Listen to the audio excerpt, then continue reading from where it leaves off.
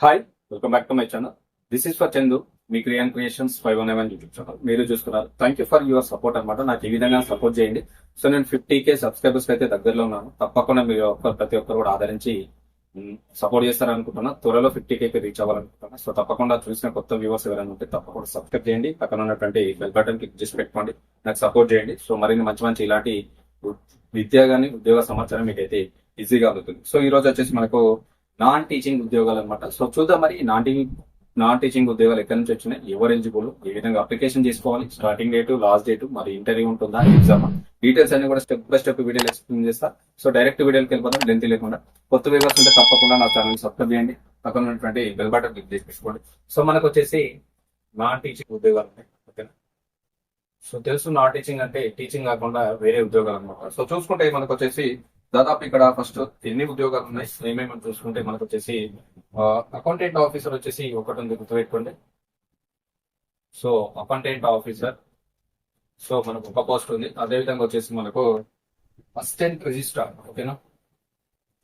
So assistant registrar ఇది వచ్చేసి ఒక పోస్ట్ ఉంది. దాదాపు మనకు ఈ యొక్క నోటిఫికేషన్ ద్వారా 2 ఉద్యోగాలను భర్తీ చేస్తున్నారు. ఇవన్నీ కూడా నాన్ టీచింగ్ ఉద్యోగాలు అనమాట. సో వీటికి సంబంధించి మనకు వచ్చేసి మరి క్వాలిఫికేషన్స్ ఏమి ఉండాలి, ఒక ఉద్యోగాలకు మనం అప్లికేషన్ చేయాలంటే మనకు ఉండాల్సినటువంటి క్వాలిఫికేషన్ చూసుకుంటే గుర్తుపెట్టుకోండి, డిగ్రీ. ఓకేనా? సో డిగ్రీ లేదు అనుకుంటే పీజీ అనుకుంటే పీజీలో వచ్చేసి మనకు కామర్స్. సో కామర్స్ ఎందుకంటే అకౌంటెంట్ ఉంది కాబట్టి కామర్స్. అదేవిధంగా ఎకనామిక్స్. ఓకేనా? ఎకనామిక్స్ లేదనుకుంటే ఫైనాన్స్, లేదా ఆర్ మనకు వచ్చేసి సిఏ, చార్టర్డ్ అకౌంటెంట్ సిఏ. అదేవిధంగా సిఎంఏతో. ఓకేనా? సిఎంఏతో మనకైతే దీనితో పాటు కొంచెం ఉద్యోగ అనుభవం ఉండాలి. ఓకేనా? ఉద్యోగ అనుభవం అయితే తప్పనిసరి. సో గుర్తుపెట్టుకోండి, యొక్క ఉద్యోగాలకు అప్లికేషన్ చేయాలంటే మీకు ఉండాల్సినటువంటి క్వాలిఫికేషన్ తీసుకుంటే డిగ్రీ, లేదనుకుంటే పీజీలో వచ్చేసి మనకు కామర్స్ అన్న, ఎకనామిక్స్ ఆర్ ఫైనాన్స్ ఉండాలి. లేదు అనుకుంటే సిఏ, సిఎంఏతో పాటు ఉద్యోగ అనుభవం ఉంటే మీరు యొక్క ఉద్యోగాలకు అప్లికేషన్ చేయడానికి తెలుసుకోవచ్చు. సో తప్పకుండా చూసుకోండి, క్వాలిఫికేషన్ చూసుకొని 100% అప్లికేషన్ చేయడానికి అయితే ట్రై చేయండి. ఓకే, మంచి జాబ్స్ అనమాట. అకౌంటెంట్ ఆఫీసర్, అదేవిధంగా అసిస్టెంట్ రిజిస్ట్రార్ అనమాట. సో దీనికి సంబంధించి మనకు వచ్చేసి మరొక ఇంపార్టెంట్ ఇన్ఫర్మేషన్ ఏంటంటే మనకు ఏజ్ విషయానికి వస్తే మనకు ఏజ్ ఎంత ఉండాలి, మరి ఒక 2 ఉద్యోగాలకు మనం అప్లికేషన్ చేయాలంటే మస్ట్ అండ్ షుడ్ ఇంపార్టెంట్ అనమాట. ప్రతి ఒక్క అస్పిరెంట్స్ కూడా ఏజ్ చాలా ఇంపార్టెంట్. ఎందుకంటే ఏజ్ మనకు సరిపోతుందా కానీ చూసుకోవాల్సి ఉంటుంది. సో దాదాపు 40 ఏళ్ళకైతే ఉంచకూడదు, అంటే 40 ఇయర్స్ వరకు అయితే ఏజ్ ఉండొచ్చు. తప్పకుండా ప్రతి ఒక్కరు కూడా ఎలిజిబిలిటీ ఉంటుంది. 40 ఇయర్స్ అంటే చాలా ఎక్కువ ఏజ్ కాబట్టి చూసుకోండి. 40 సంవత్సరాలకు ఎవరైతే ఉన్నారో నేను చెప్పినటువంటి క్వాలిఫికేషన్స్ ఉన్న వాళ్ళు తప్పకుండా అప్లికేషన్ చేయడానికి ట్రై చేయండి. సో అదే విధంగా మనకు వచ్చేసి జీతం. సో జీతభత్యాలు మరి ఏ విధంగా ఉంటాయి, మనం కనుక ఈ యొక్క ఉద్యోగాలు సెలెక్ట్ అయితే మనకు వచ్చేటువంటి జీతం చూసుకుంటే అకౌంటెంట్ ఆఫీసర్ ఉంది కదా. సో ఈ యొక్క ఉద్యోగానికి వచ్చేసి మనకు జీతం చూసుకుంటే దాదాపు మనకు వచ్చేసి 15,600 నుంచి దాదాపు 39,100 జీతం అయితే మనకు పర్ మంత్ అయితే రాబోతుంది. గుర్తుపెట్టుకుంటే ఒకవేళ మీ ఉద్యోగాలు సెలెక్ట్ అయితే అకౌంటెంట్ ఆఫీసర్ కు 15,600 నుంచి 39,100 రూపీస్ అయితే మీకు పర్ మంత్ సాలరీ అయితే ఇవ్వడం అయితే జరుగుతుంది. గుర్తుపెట్టుకోండి. సో అదే విధంగా మనకు వచ్చేసి మనకు పోస్ట్ వచ్చేసి మనకు జీతం చూసుకుంటే మరి ఎంత ఉంది అనుకుంటే వచ్చేసి మనకు 15,600 నుంచి 39,100 అయితే మనకు జీతం అయితే రాబోతుంది పర్ మంత్. అదే విధంగా మనకు వచ్చేసి అసిస్టెంట్ రిజిస్ట్రార్ ఉంది కదా. ఉద్యోగానికి వచ్చేసి మన జీతం చూసుకుంటే మనకు దాదాపు పర్ మంత్ వచ్చేసి 9,300 నుంచి 34,800 వరకు అయితే మీకు జీతం అయితే రాదు. ఓకేనా? 9,300 మనకు 34,800 జీతం అయితే రాబోతుంది అసిస్టెంట్ రిజిస్ట్రార్ అనమాట. సో గుర్తుపెట్టుకోండి, మంచి జీతభత్యాలు ఉన్నాయి. ఈజీగా గుర్తుపెట్టుకోండి, మంచి ఆపర్చునిటీ అనమాట. ప్రతి ఒక్కరు కూడా అప్లికేషన్ చేయడానికి అయితే ట్రై చేయండి. మనకు ఇంపార్టెంట్ పాయింట్ కూడా చూద్దాం. సో దీనితో పాటుగా మనకు వచ్చేసి ఇంపార్టెంట్ ఏంటంటే మనకు ఎంపిక అనేది ఏ విధంగా జరుగుతుంది, మరి మనల్ని వీళ్ళు ఏ విధంగా ఎంపిక చేసుకుంటారంటే ఫస్ట్ వచ్చేసి మీరు అప్లికేషన్ చేసిన తర్వాత మనమైతే వీళ్ళు షార్ట్ లిస్ట్ అయితే చేయడం జరుగుతుంది. ఫస్ట్ వచ్చేసి మనకి షార్ట్ లిస్ట్ అయితే చేస్తారు, గుర్తుపెట్టుకోండి. షార్ట్ లిస్ట్ తర్వాత సెకండ్ వచ్చేసి మనకు రాత పరీక్ష ఉంటుంది, అంటే ఎగ్జామ్ అయితే వీళ్ళు కండక్ట్ చేయడం అయితే జరుగుతుంది. ఎగ్జామ్ పెట్టిన తర్వాత ఫైనల్ వచ్చేసి మనకు వీళ్ళు ఇంటర్వ్యూ త్రూ అయితే మిమ్మల్ని ఆన్బోర్డ్ చేసుకోవడం అయితే జరుగుతుంది. సో గుర్తుపెట్టుకోండి, అప్లికేషన్ చేసిన తర్వాత షార్ట్ లిస్ట్ చేస్తారు. వాళ్ళకి షార్ట్ లిస్ట్ అయిన వాళ్ళకి ఎగ్జామ్ ఉంటుంది. ఎగ్జామ్ లో మెరిట్ లో ఉన్న వాళ్ళకి, క్వాలిఫై అయిన వాళ్ళకి వచ్చేసి ఇంటర్వ్యూ కండక్ట్ చేస్తారు.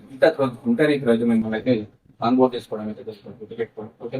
సో మరి అప్లికేషన్ ఫీజు ఏమైనా ఉందా అంటే, అప్లికేషన్ ఫీజు విషయానికి వస్తే మనకు వచ్చేసి ఇక్కడ 1500 రూపాయలు అయితే మీరు అప్లికేషన్ ఫీజు అయితే చెల్లించాల్సి ఉంటుంది. SC ST and PWD candidates వచ్చేసి SC and ST and PWD candidates వచ్చేసి మనకు 750 రూపాయలు అయితే మీకు ఫీ అయితే చెల్లించాలి చూస్తుంది. రిమైనింగ్ వాళ్ళు వచ్చేసి మనకు 1500 రూపాయలు. ఎస్సీ ఎస్టీ పీడబ్ల్యూడీ క్యాండిడేట్స్ వచ్చేసి 750 రూపాయల మీద అయితే అప్లికేషన్ ఫీజు అయితే చెల్లించాల్సి ఉంటుంది. అదొకటి అయితే గుర్తుపెట్టి. ఓకే. సో మనకు ఇంపార్టెంట్ పాయింట్ ఏంటంటే చూసుకుంటే మనకు వచ్చేసి ఆన్లైన్ ఫర్ అప్లికేషన్ కి ఇటువంటి మనకు అప్లికేషన్ చేయడానికి లాస్ట్ డేట్ చూసుకుంటే సో మనకు వచ్చేసి 3/8/2026. సో ఈ డేట్ లో మీరు అయితే అప్లికేషన్ అయితే చేయాల్సి ఉంటుంది. ఇన్ టైం గుర్తుపెట్టుకోండి, లాస్ట్ డేట్ వచ్చేసి మనకు 3/8/2026 అయితే అప్లికేషన్ అయితే సబ్మిట్ చేయాలి. అదేవిధంగా మనకు వచ్చేసి hard copy. So hard copy కూడా మనకు స్వీకరణ వాళ్ళు ఎప్పటి డేట్ లో తీసుకుంటారంటే హార్డ్ కాపీ కూడా పంపించాల్సింది. ఆ డేట్ తీసుకుంటే 17/8/2026 తేదీలో అయితే మీరు అప్లికేషన్ చేసినటువంటి హార్డ్ కాపీస్ ఏవైతే ఉంటాయో వాటిని అయితే మీరు వీళ్ళకైతే పంపించాల్సి ఉంటుంది. అది కూడా గుర్తుపెట్టుకోండి. అప్లికేషన్ చేసిన తర్వాత అప్లికేషన్ ప్రింట్అవుట్ తీసుకొని దానికి సంబంధించిన డాక్యుమెంట్స్ ఏమేమైతే మీరు ఆన్లైన్ లో సబ్మిట్ చేసారో అవన్నీ కూడా అప్లికేషన్ తో జత చేసి మీరైతే వీళ్ళ ఒక చిరునామాకి మీరు సెండ్ చేయాలి. ఎప్పుడు 17/8/2026 అదొకటి కూడా గుర్తుపెట్టుకోండి. సో వీళ్ళ అడ్రస్ కూడా ఇప్పుడు నేను చెప్తాను. అడ్రస్ విషయానికి వస్తే మనకు మరి ఎక్కడికి మనం పంపించాలంటే ఇలా అడ్రస్ చూసుకుంటే వచ్చేసి అడ్రస్ కూడా ఇచ్చారు. మనకు చిరునామా తీసుకుంటే మనకు వచ్చేసి so the director administration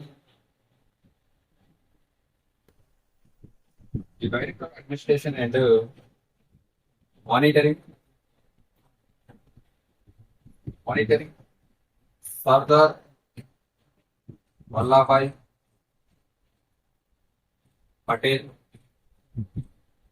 university of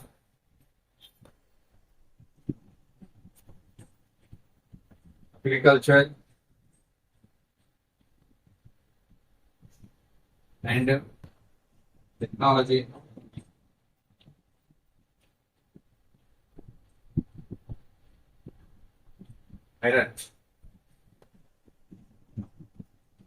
so ఈ యొక్క అడ్రస్ అయితే మీరు పంపించాల్సి ఉంటుంది. మీ యొక్క హార్డ్ కాపీస్ అన్నమాట. గుర్తుపెట్టుకోండి, అప్లికేషన్ చేసిన తర్వాత 17/8/2026 అడ్రస్ అయితే మీరు నేను హార్డ్ కాపీస్ మీరు పంపించాను. గుర్తుపెట్టుకోండి. ఓవరాల్ చూసుకుంటే దీంట్లో వెబ్సైట్ లింక్ కూడా డిస్క్రిప్షన్ లో ఇస్తాను. కొంచెం మీరు వెబ్సైట్ లాగిన అప్లికేషన్ అయితే సెటిల్ చేయండి. అదేవిధంగా మనకు ఓవరాల్ చూసుకుంటే మరి ఈ ఉద్యోగాలు మనకి ఎక్కడ వచ్చినాయి అనుకుంటే మనకు వచ్చేసి మనకు Sardar Vallabhbhai Patel university of agriculture and మేడర్ చూసుకుంటే మనకు వచ్చేసి ఇది Sardar Vallabhbhai Patel university of agritech Meerut.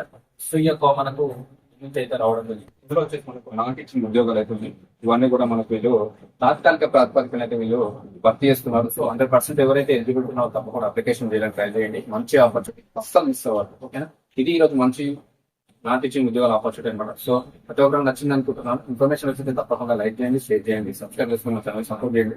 So తొందరలోనే 50K రీచ్ అవ్వాలని కోరుకుంటున్నాను. సో మీరు సపోర్ట్ చేస్తారనుకుంటున్నాను. 100% సబ్స్క్రైబ్ చేయండి, సపోర్ట్ చేయండి. ఎలాంటి ఉద్యోగాలు కావాలో కామెంట్ రూపంలో తెలియజేయండి. 100% ఆ యొక్క ఉద్యోగాల మీద కూడా వీడియో చేసి ప్రయత్నం కూడా చేస్తాను. Thank you very much.